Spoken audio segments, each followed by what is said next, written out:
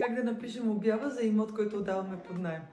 Първо и най-важно е да се придържате към истината и съответно да опишете обявата с всичките положителни характеристики на имота, както самия той по себе си, така и на неговата локация.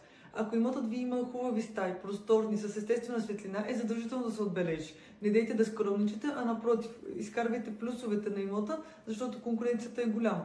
Ако имате нови уреди или нови мебели, също е хубаво да го уточните, тъй като никой наемател не иска и не си представя да влезе в нов дом за него и да се сблъска с неработещи перални, съдомиални и подобни. Така че ако имате нови уреди, е във ваш плюс да се уточни още в обявата.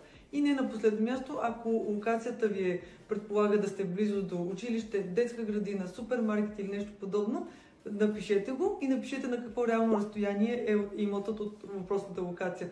Ако са 5 минути, са 5. Ако са 15, не дейте да пишете, че са 5. Бъдете искрени.